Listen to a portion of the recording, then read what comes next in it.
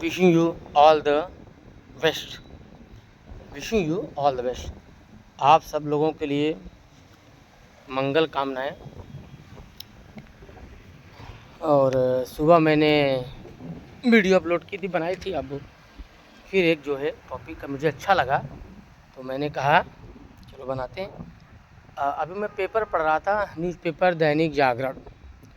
Paper तो मैं बहुत शौकीन हूँ रहा, लेकिन अभी इस डिजिटल वर्ल्ड में थोड़ा सा पेपर लेता तो डेली हूँ, लेकिन पता नहीं क्यों पढ़ने को मिल नहीं पाता। और पेपर का मैं इतना शौकिया हूँ कि क्लास 9 से मैं रेगुलर पेपर जो है लेता पढ़ता हूँ, और मेरे लिए बड़ा बेनिफिशियल रहा है। और तो मतलब 9 से लेके आज तक मुझे नहीं याद है मैंने कभी पेपर बंद किया, बल्कि एक दिन मेरी वाइफ ने बंद कर दिया, पढ़ते नहीं हैं और पेपर फेंका रहता है तो पैसा बर्बाद होता है। तो मैंने कहा नहीं, अगर पेपर बंद हुआ न्यूज़पेपर तो मैं भी जो है बंद। हाँ, तो फिर पेपर चालू हुआ और उसके बाद अभी मैं पढ़ रहा था तो उसमें हमारे प्रधानमंत्री माननीय मोदी जी का उसमें था डिजिटल वाला, उसमें एक कवर आता था पेपर में, रंगीन दैनिक जागरण में। उसमें था कि ये जो दिल्ली में आंदोलन हुआ था, सोनम वांगचुक जी ने किया था, उसको फेसबुक वगैरह पे इतना अच्छे ढंग से प्रस्तुत किया गया कि जो है बड़ा हेल्पफुल रहा। तो उसमें वर्ड मैं पढ़ा, मेटाकॉग्निशन वर्ड। ये वर्ड मुझे तब से मेरे दिमाग पे चढ़ा है जब से मैं लिटरेचर में तैयारी के दौरान पढ़ रहा था। मेटाकॉग्नेटिव या मेटाफिज़िकल पोएट्स, तब मैंने उस पर सर्च किया तो मैंने देखा मेटाफिज़िकल क्या होता है। आजकल बड़ा वर्ड यूज होता है मेटा एआई, मेटाफिजिक्स और मेटाफिज़िकल पोएट्री या मेटाफिज़िकल पोएट्स या मेटाफिज़िकल मूवमेंट। तो वहाँ से मैंने बहुत डीप एनालिसिस किया। तो पहले मैंने मेटा शब्द सुना, ये क्यों मेटाफिज़िकल थे, उसी से रिलेटेड मैं आपको बताऊंगा ये क्या सब टर्म है, उसकी व्याख्या बताऊंगा। और फिर मैं बताऊंगा एज ए टीचर हमारे प्राइमरी स्कूल में या इंटर कॉलेज में कैसे लागू होता है और उसका हम बेनिफिट बच्चों को कैसे देंगे, क्योंकि अल्टीमेटली हमारा मेन गोल वही है। अब मेरे वीडियो मैंने सुबह बताया कि मेरा मेन वीडियो रहेंगे अल्टीमेटली वो हमारे जो बेसिक के बच्चे हैं उनके लिए रहेगा। तो यहाँ तक ये पूरा कॉन्सेप्ट रहेगा।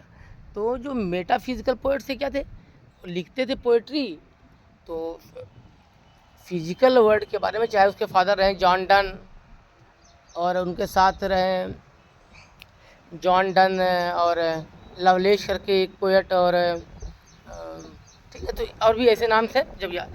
तो ये लोग क्या करते थे, जैसे जॉन डन की पोएट्री है ना, वो जो गोला प्रकार से जो है उन्होंने एग्जाम्पल दे दिया है, उसको कंसीड कहते हैं।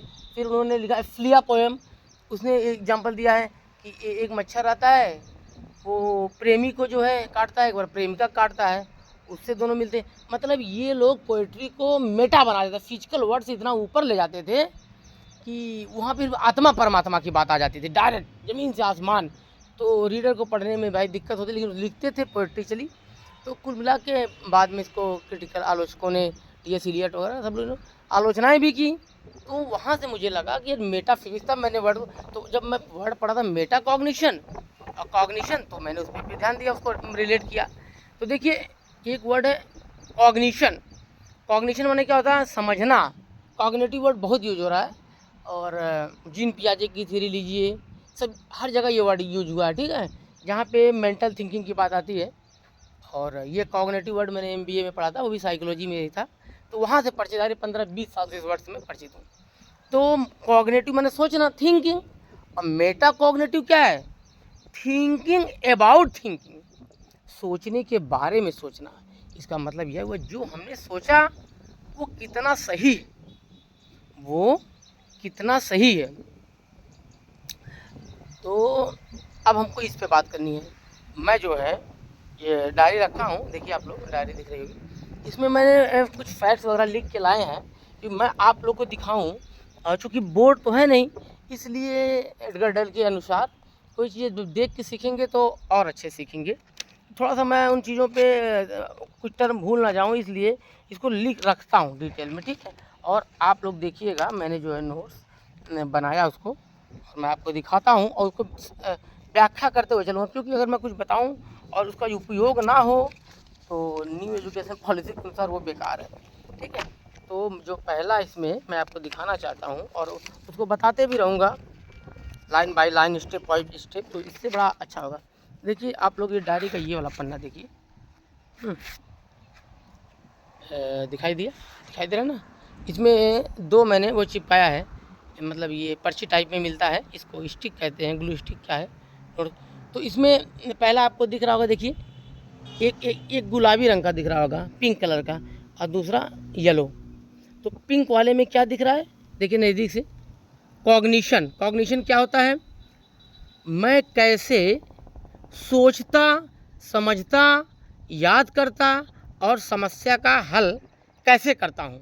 कॉग्निशन कहता है, कॉग्निशन का मीनिंग, मैं कैसा सोचता हूँ, कैसा समझता हूँ और क्या याद करता हूँ, समस्याओं का हल कैसे करता हूँ। अब ये पीले वाले में देखिए, पीले वाले में दिख रहा है, पीला वाला जो मेटा कॉग्निशन है। मेटा कॉग्निशन क्या होता है, ये क्या इसमें क्या डिफिनीशन है, मैं कैसा सोच रहा हूँ यदि मैं खुद कैसे समझता, जांचता और नियंत्रित करता हूँ। मतलब मेटा कॉग्निशन में ये कहा गया है कि मैं कैसा सोच रहा हूँ, मैं खुद कैसा समझता, जांचता और नियंत्रित करता हूँ। इसका मतलब क्या होता है, ये कॉग्निशन सोच रहा है कि मैं कैसा याद करता, समस्या कैसे सलूशन करता हूँ, और ये मेटा कॉग्निशन कह रहा है कि मैं कैसा सोच रहा हूँ, खुद जो सोच चुका फिर उस पर सोचता है। ठीक है, देखिए एक कॉग्निशन के नीचे मैंने लिखा थिंकिंग, और Meta cognition thinking about thinking, मतलब जो आपने सोचा उस पर अपने सोचने के बारे में सोचना। ठीक है, तो ये चीज़ें जो हैं मैंने बताया, बीच बीच में डायरी में आपको दिखाता रहूँगा। और फिर देखिए क्या क्या सोचा हमने। मान लिए कोई समस्या हम बच्चे को पढ़ा रहे हैं, कोई सवाल बता रहे हैं, मान लिए एलसीएम बता रहे हैं, तो उसमें हमने सोचा, ठीक है ना, कि बच्चे जो हैं ध्यान दे रहे हैं कि नहीं। ठीक है, ये हमारी कॉग्निशन हो गई है, बच्चे ध्यान दे रहे हैं कि नहीं। ठीक है, यहाँ वर्ड जोड़ लिए, साधारण वर्ड लग रहा है, हमने देखा बच्चे जो है ध्यान दे रहे हैं कि नहीं। ठीक है, दूसरा वर्ड है उनकी मेमोरी कैसी है, और बच्चों का समझने का लेवल क्या है, बच्चों का रीजनिंग लेवल क्या है, और बच्चे समस्याओं को कैसे सॉल्व कर रहे हैं। ठीक है, उनकी अंडरस्टैंडिंग लेवल क्या है। ठीक, ये तो हमारी हो गई कॉग्निशन। अब हम इस पर मेटा कॉग्निशन करते हैं। मेटा कॉग्निशन ये करते हैं, तो हमने देखा बच्चों को और फिर उस पर आके हमने सोचा बच्चे ऐसे ही करते हैं, ये प्रॉब्लम, लेकिन फिर आके हमने अपनी जो थिंकिंग बच्चों के प्रति बनाई थी, अटेंशन पे, मेमोरी पे, कंप्रीहेंशन पे, रीजनिंग पे, प्रॉब्लम सॉल्विंग पे, डिसीजन मेकिंग, अंडरस्टैंडिंग, लैंग्वेज वगैरह यूज़ पे, तो उस पर फिर हम सोचते हैं जो हमने वहाँ पे बच्चों के लिए थिंकिंग की थी, कॉग्निशन, फिर हम उस पर हम बैठ के आराम से मेटा कॉग्निशन करते हैं। ठीक है, या उसी दौरान करते हैं। तो मेटा कॉग्निशन में थोड़ा सा स्थिरता चाहती है, और फिर हम उस पर जो है सोचते हैं, वो मेटा कॉग्निशन होता है। ठीक है, तो कॉग्निशन देखिए, ये फिर दूसरा बोर्ड दिख रहा होगा आप लोग को, जो है डायरी में कलर, इसमें भी मैंने वही छिपा है। तो कॉग्निशन क्या सोचना, जैसे कोई बच्चा चैप्टर पढ़ता है, तो बच्चा अगर कॉग्निशन करेगा तो वह सोचेगा चलो मैंने चैप्टर पढ़ लिया, नॉर्मल बच्चा। लेकिन वहीं पे बच्चे भी कई होते हैं कॉग्निटिव थिंकर। ठीक है, और मेटा कॉग्निटिव होते हैं, तो जो मेटा कॉग्निटिव थिंकर बच्चा होगा, कॉग्निशन वाला तो कह दिया कि मैंने चैप्टर पढ़ लिया, ठीक है, अध्याय खत्म। लेकिन मेटा कॉग्निशन वाला क्या कहेगा, वो सोचेगा, गंभीरता, देखिए कोई बच्चे शांत रहते हैं, वो सोचेगा क्या ये चैप्टर वास्तव में मेरे समझ में आया, क्या ये चैप्टर वास्तव में मेरे समझ, ये मेटा कॉग्निशन वाला बच्चा सोच रहा है, क्या मैं बिना किताब देखे इसे किसे दूसरे बच्चे को समझा लूँगा। ठीक है, और कहेगा, मान लीजिए ना समझ में आया तो कहेगा मुझे क्या कौन से वर्ड समझ में नहीं आ रहे हैं, किसकी मीनिंग समझ में नहीं आ रही, कौन सा उत्तर समझ में नहीं, ये मेटा कॉग्निशन का बच्चा सोचेगा। ठीक है, वही हाल हमारी भी होती है, मेटा कॉग्निशन टीचर होते हैं कॉग्निटिव, मेटा कॉग्निटिव टीचर भी होते हैं। वही मेटा कॉग्निटिव टीचर से निकल के आया रिफ्लेक्टिव प्रैक्टिशनर, जो वर्ड मैं बार बार यूज़ करता हूँ आजकल, मुझे इतना अच्छा लगा कि मैं अपने नाम के आगे टीचर ज़्यादा रिफ्लेक्टिव प्रैक्टिशनर यूज करता हूँ। तो रिफ्लेक्टिव प्रैक्टिशनर क्या, ये मेटा कॉग्निटिव टीचर है, क्योंकि वो टीचर बच्चों की समस्याओं के देगा कि फिर सोचता है, घर पे सोचता है या स्कूल में जब टाइम मिलता है गंभीरता से, यार मैंने जो पढ़ाया समझ में आया, बच्चों को आया तो क्यों नहीं आया, कितना आया, क्या एग्जाम्पल दिया सही और आसान एग्जाम्पल दूँ, ठीक है ना। तो ये मेटा कॉग्निटिव वाली चीज़ है। वैसे मेटा कॉग्निटिव के 3 स्टेप्स हैं। पहला है, देखिए ये स्टेप्स आपको दिख रहा होगा, देखिए पहला स्टेप है प्लानिंग, योजना बनाना, उसके बाद निगरानी करना, इवेल्युएटिंग करना।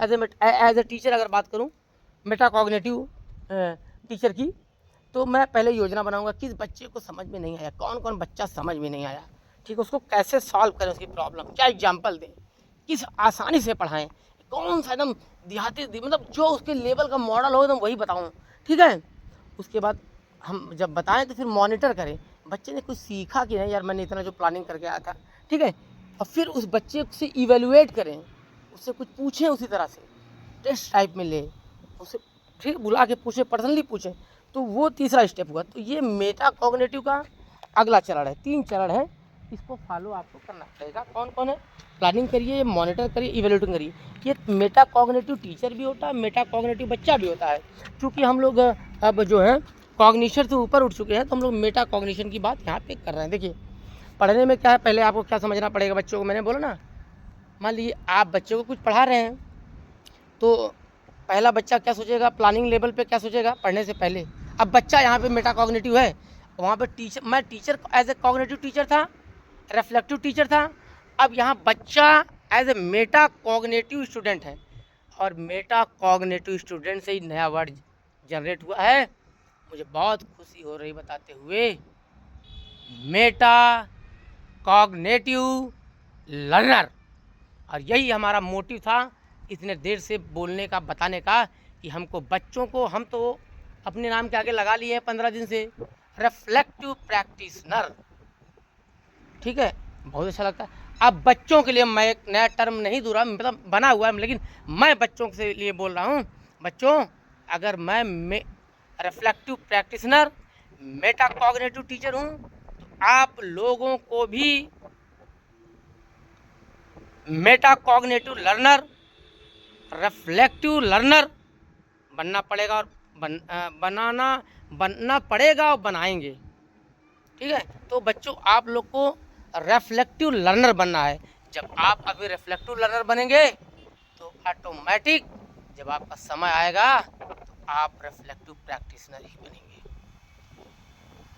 धन्यवाद, थैंक यू वेरी मच बेटा। अगर आप लोग देख रहे होंगे, बड़े लोग भी होंगे, तो उनको सादर प्रणाम, और मैं उनको मतलब बहुत बहुत धन्यवाद देता हूँ उनको, सादर प्रणाम, जो है मुझसे सीनियर हैं, ठीक है। और बच्चों के लिए मैंने जो नया टर्म मतलब बता रहा हूँ, बच्चों को हमको मेटा कॉग्निटिव लर्नर बनाना है, ठीक है। मेटा कॉग्निटिव लर्नर बराबर रिफ्लेक्टिव लर्नर, और हम क्या है, रिफ्लेक्टिव प्रैक्टिशनर, ठीक है। ये इससे क्या होगा, बच्चा चीज़ों को खुद जो है प्लान करेगा, खुद मॉनिटर करेगा, और खुद इवेल्युएट करेगा, सेल्फ, और हम तो उसको एज ए गाइड फैसिलिटेटर है। ये बहुत बहुत धन्यवाद, thank you very much. Video और लंबा बनाने का मन तो कर रहा है, लेकिन जो है इतना अभी है, धीरे धीरे चीज़ों करेंगे। धन्यवाद, थैंक यू वेरी मच।